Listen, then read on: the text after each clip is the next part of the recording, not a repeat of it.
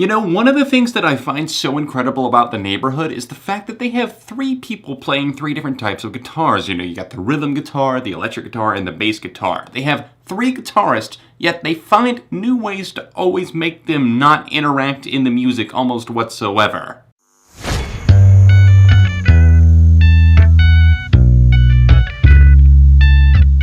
What's up everyone, John from ARTV. It's time for a review of the 3rd studio album, the self-titled album by The Neighbourhood, an alternative and alternative pop band that have been active since the early 2010s. You might know them for their hit song Sweater Weather, and even their follow-up record that came out in 2015, Wiped Out.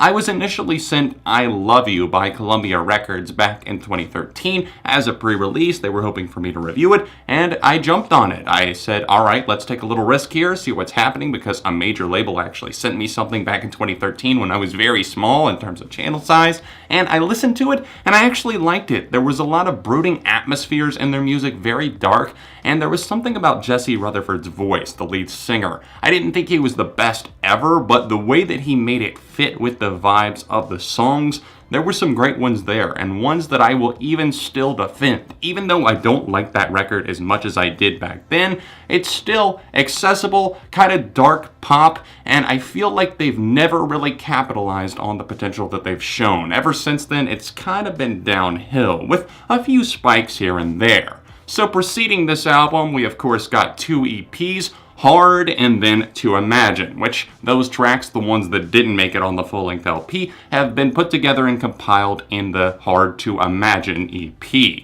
There were songs that were left off, and I'm okay with that, especially some of the tracks like Roll Call from the To Imagine EP. I wasn't too crazy about those whatsoever. I actually gave a full-on review to the first EP, Hard, back when that came out last fall, and I thought it was a tick up in quality. I really couldn't stand their hip-hop leaning mixtape that came out in 2014. That was pretty awful. And then Wiped Out was just a total mess. However, I did find the Hard EP to be a tick up in quality. Like I said, there were some good songs on there, and I felt like The Neighbourhood were actually starting to kind of get back to the basics of what they started on. There were some songs that featured more guitars, and even some moodier reflections that I actually really enjoyed. And a couple of those tracks did make it onto this full-length LP. You Get Me So High is one of those, and I love the way that Jesse kind of ponders about getting big off of their one-hit song Sweater Weather, how to capitalize on that, how they wanted to follow it up, and what the stardom meant for them and how they kind of reacted to it.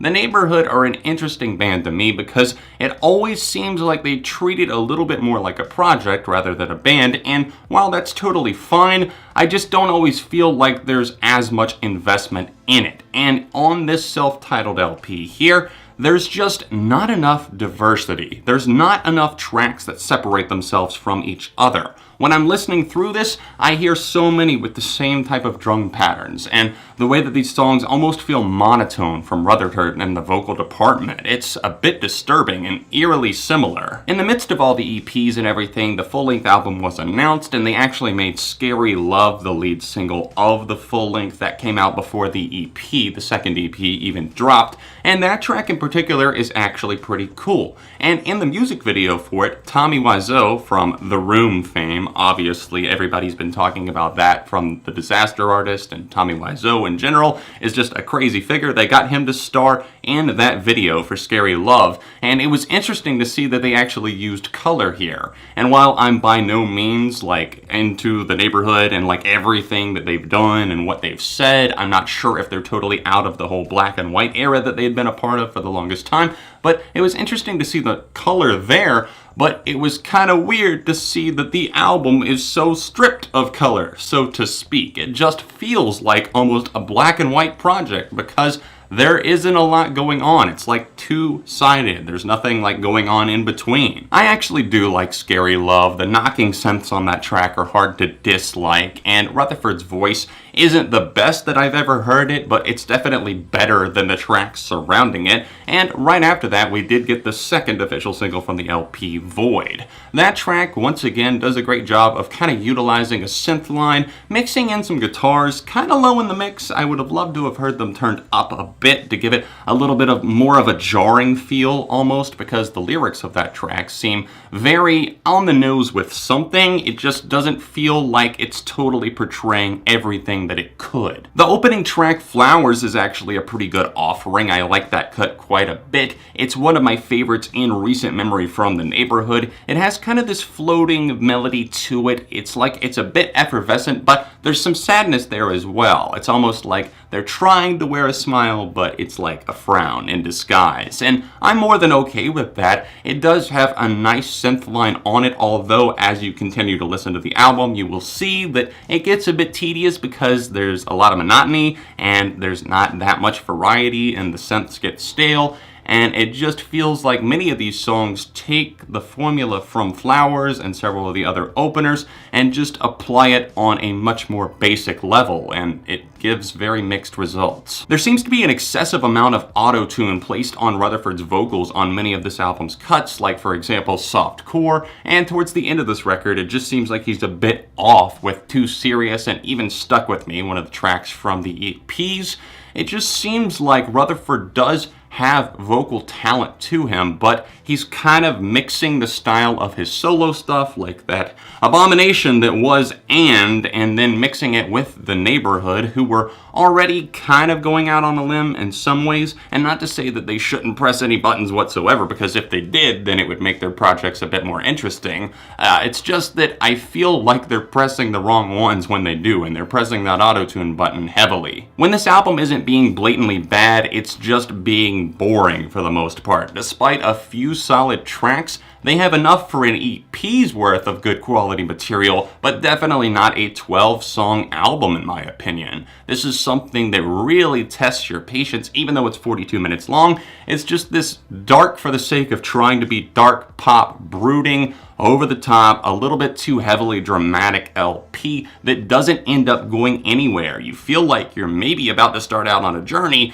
but in reality, you just kind of walked in circles twiddling your thumbs for an hour. And that's not a good feeling to have when you listen to an LP that's only 42 minutes. That's not that long. Even tracks like Blue, which have promising elements to them. I like the fact that it kind of opens up with a vibe that sounds a bit like Wiped Out meets I Love You. That's not a bad feeling to get, with that kind of washed out guitar sound that they're almost notorious for at this point. It was familiar, but not in a bad way. But I feel like as that track rolls on and as Rutherford sings about, the color blue and being frustrated, you can do the math, especially when sex is involved. That's where this song is going. And the frustration, I don't think he does a good job at channeling it. Honestly, I don't feel the passion or inertia or any kind of energy in this track for the most part. And that could be said for Nervous as well, which I've heard some people buzzing about, but I'm just not personally getting the hype whatsoever. It has a very boring drum line that just kind of kicks over and over,